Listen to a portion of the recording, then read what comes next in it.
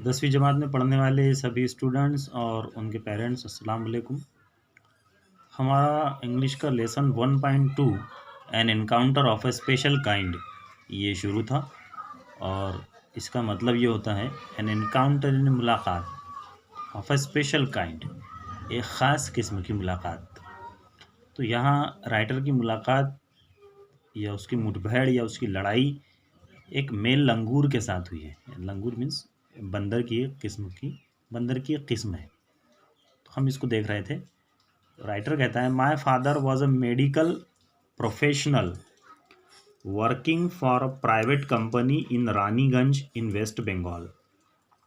Writers father was a medical professional यानी कि medical field में काम करने वाले वो एक कर्मचारी थे जो काम करते थे फॉर अ प्राइवेट कंपनी, एक प्राइवेट कंपनी के लिए, in Raniganj in waste Bengal, West Bengal के रानीगंज इलाके में वो काम करते थे। The officers of the company were house in individual bungalows. इन ऑफिसर्स को अलग अलग बंगला यानी कि बंगले दिए गए थे inside a large campus. Our house was in a corner of the campus. वो जो इलाका, वो कॉलोनी, वो कैंपस जो था उसके कॉर्नर में इनका मकान था। The officers club was adjacent to the boundary wall of our garden. इनके गार्डन की जो बाउंड्री वॉल थी इसको जुड़ा हुआ ही ऑफिसर्स क्लब था। इस तरह का वो अपना नक्शा खींचा है उन्होंने अपने घर का। And the writer says that the compound was luxurious with green grass. How was the compound? The description of compound is here. किस तरह का कंपाउंड था उनके घर के सामने का? दैट इट वाज लग्जरियस यानी भरा हुआ था वो। किस बात से? With green grass, colourful flowers and a host of tall and majestic trees. आप समझ ही रहे होंगे कि घास, फूलों से और बड़े, ऊंचे और मैजेस्टिक यानी शानदार, शानदार दरख्तों से घिरा हुआ ये था इलाका, वो जो कंपाउंड था। The seasonal vegetables in the kitchen gardens of the house holds and the magnificent trees constantly attracted squirrels and many species of birds. तो इसको लगकर जो किचन गार्डन था, छोटा गार्डन जो था, उसमें जो वेजिटेबल्स होती थी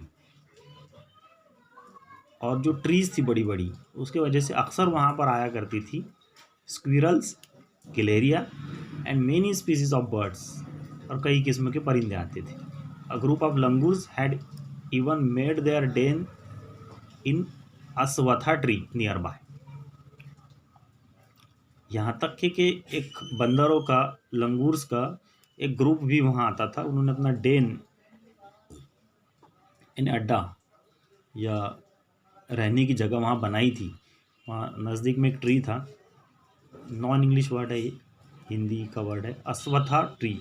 अस्वथा के वृक्ष के नीचे बनाया था उन्होंने। वो लंगूर्स रहा करते थे वहाँ पर। They had all become a part and parcel of our existence and daily life. ये जो थे, ये हमारी ज़िंदगी का एक पार्ट एंड पार्सल यानी हिस्सा बन गए थे। हमारी ज़िंदगी का, हमारे वजूद का एक हिस्सा बन चुके थे। कौन सी चीज़ें?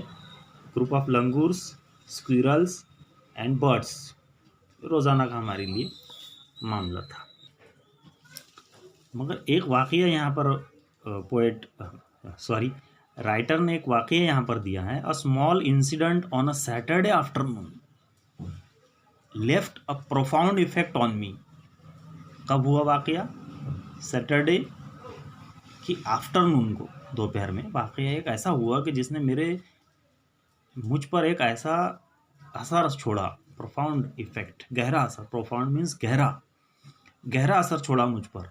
And unfolded before my eyes, और मेरे सामने अनफोल्ड कर दी, खोल दी। Before my eyes a whole new dimension to the wonders of God's creation. खुदा की मखलूक का एक नया ही पहलू, डायमेंशन पहलू, शक्ल, एक नई शक्ल पेश कर दी उस वाक़े ने, उस इंसिडेंट ने जो सैटरडे आफ्टरनून को पेश आया था। It was a few days into the puja vacation. क्योंकि बंगाल की बात है, दुर्गा पूजा वहाँ होती है। तो उस दुर्गा पूजा वैकेशन चल रही थी, राइटर अपने घर पर छुट्टियाँ बिता रहा था, उन दिनों की बात है। Just like for any other child the holidays provided an opportunity for me. Holidays चल रही थी, एक अपॉर्चुनिटी मेरे पास थी, मौका था मेरे पास। मैं क्या कर रहा था, to become engrossed in various magazines. मैं खोया हुआ था। राइटर को बहुत शौक था मैगजीन्स पढ़ने का, मतलब रिसाले पढ़ने का, किताबें पढ़ने का, स्टोरी बुक्स पढ़ने का। The writer was interested in magazines and story books. तो चूँकि उसको एक मौका मिला था उन दिनों छुट्टियों में, तो वो खोया हुआ था मैगजीन्स एंड स्टोरी बुक्स में, पब्लिश स्पेशली फॉर चिल्ड्रन, जो कि ख़ास तौर पर बच्चों के लिए पब्लिश होती थी इन द फेस्टिव सीजन उन दिनों में। आगे राइटर कहता है, after a hearty lunch my parents and my younger sisters lay down for an afternoon nap. जब हम लोगों ने एक अच्छा खासा लंच कर लिया, दोपहर का खाने को कहते हैं। माई parents and my younger sisters, उनके वाल आप समझ रहे होंगे, पेरेंट्स और यंगर सिस्टर यानी छोटी बहन। ये क्या हो गए, छोटी बहनें और पेरेंट्स वगैरह ले डाउन, सो गए एक झपकी लेने के लिए। आफ्टरनून नैप, नैप मैंने झपकी, नींद, दोपहर की नींद लेने के लिए सो गए। ना settle down with a story book. और मगर मैं जो था, वो कह रहा है writer, the writer settle down with a story book, पढ़ता रहा स्टोरी बुक। दोपहर का वक्त था, सैटरडे का दिन था। The quite afternoon presented the perfect backdrop. Quite afternoon थी, यानी कि ऐसी दोपहर थी कि खामोश सी, और perfect backdrop for reading, reading के लिए एक बहुत अच्छा वक्त, मौका था। एन एडवेंचर स्टोरी, मैं एक एडवेंचर स्टोरी पढ़ रहा था। The silence was occasionally broken. इतने में साइलेंस यानी खामोशी टूटी। किस तरह टूटी, यानी कोई साउंड हुआ है। खामोशी कब टूटती है, जब साउंड होता है। By the sound of my family snoring. किस चीज़ों से खामोशी टूट रही थी, जो आवाज़ें वहाँ आ रही थी, उन चीज़ों से। कौन सी आवाज़ें आ रही थी, there was the sound my family snoring. Snore यानी कि जिसको सोते वक्त जो आवाज़ें निकालते हैं, जो घर्राटे लेते हैं, उसको कहते हैं। My family was snoring the intermittent chirping of house sparrows. और दूसरी आवाज़ आ रही थी, चर्पिंग यानी कि चहचहाना, चिड़ियों के चहचहाने की आवाज़ आ रही थी, स्पैरोज यानी चिड़िया। तीसरी आवाज़ थी the harsh cawing of a crow. Crow यानी कौवे की काविंग आवाज़। The shrill call of a kite flying about the ground. और पतंग की आवाज़ आ रही थी, जो कि ग्राउंड पर उड़ रही थी। इन चार आवाज़ों से वहाँ की जो साइलेंस थी वो ब्रोकन हो रही थी। इस पर एक वेब डायग्राम बन सकती है। The silence was occasionally broken by, ये बीच में देकर चार तरफ उसके रीजंस या मैटर्स पूछे जाएंगे कि किस तरह से टूट रही थी। मिनट्स टिक बाय, धीरे धीरे वक्त गुजरने लगा। I become deeply absorb in the book. The writer was very interested in the book and so he was absorb in the book and suddenly I heard a group of street dogs. मैंने सुना एक आवाज़, street dogs, गली के जो dogs थे, barking furiously in the distance, भौंकने लगे, दूर से भौंक रहे थे। आई चोज, मैंने चुना, टू इग्नोर द कमोशन, मैंने सोचा कि इग्नोर करता हूँ इस आवाज़ को। आवाज़, शोर, कमोशन यानी कि शोर। मैंने शोर को इग्नोर करने का सोचा। Thinking that the pack of dogs, ये सोचकर कि ये जो झुंड है कुत्तों का, माइट हैव कॉर्नर, शायद उन्होंने पकड़ लिया होगा। अ हैप्लेस पिग, एक पिग को, हैप्लेस पिग, एक खिंजीर को उन्होंने पकड़ा होगा, और उसकी वजह से वो शायद चिल्ला रहे होंगे। मुझे ऐसा लगा, मुझे डिस्टर्ब मैं नहीं होना चाहता था, मैंने उनको इग्नोर किया, उनकी आवाज़ को। But soon the barking become louder, मगर ये हुआ कि धीरे धीरे वो आवाज़ बढ़ने लगी। एंड मोर एग्रेसिव, और ज़ोरों की बढ़ने लगी, एग्रेसिव, शोर बढ़ता गया, कमोशन बढ़ता गया। And alarm cawing of a flock of crows. Flock of crows, कौवों की एक जमात, कौवों का एक झुंड काव काव करने लगा, चिल्लाने लगा। Added to the cacophony, cacophony का मीनिंग याद दिया है, नया वर्ड है, लाउड हार्श नॉइजेस, जोरों का शोर। ये कैकोफनी बढ़ गया, क्योंकि उसके अंदर कौन सी आवाज़ जुड़ गई अब, डॉग्स के अलावा क्रोज, कौवों की।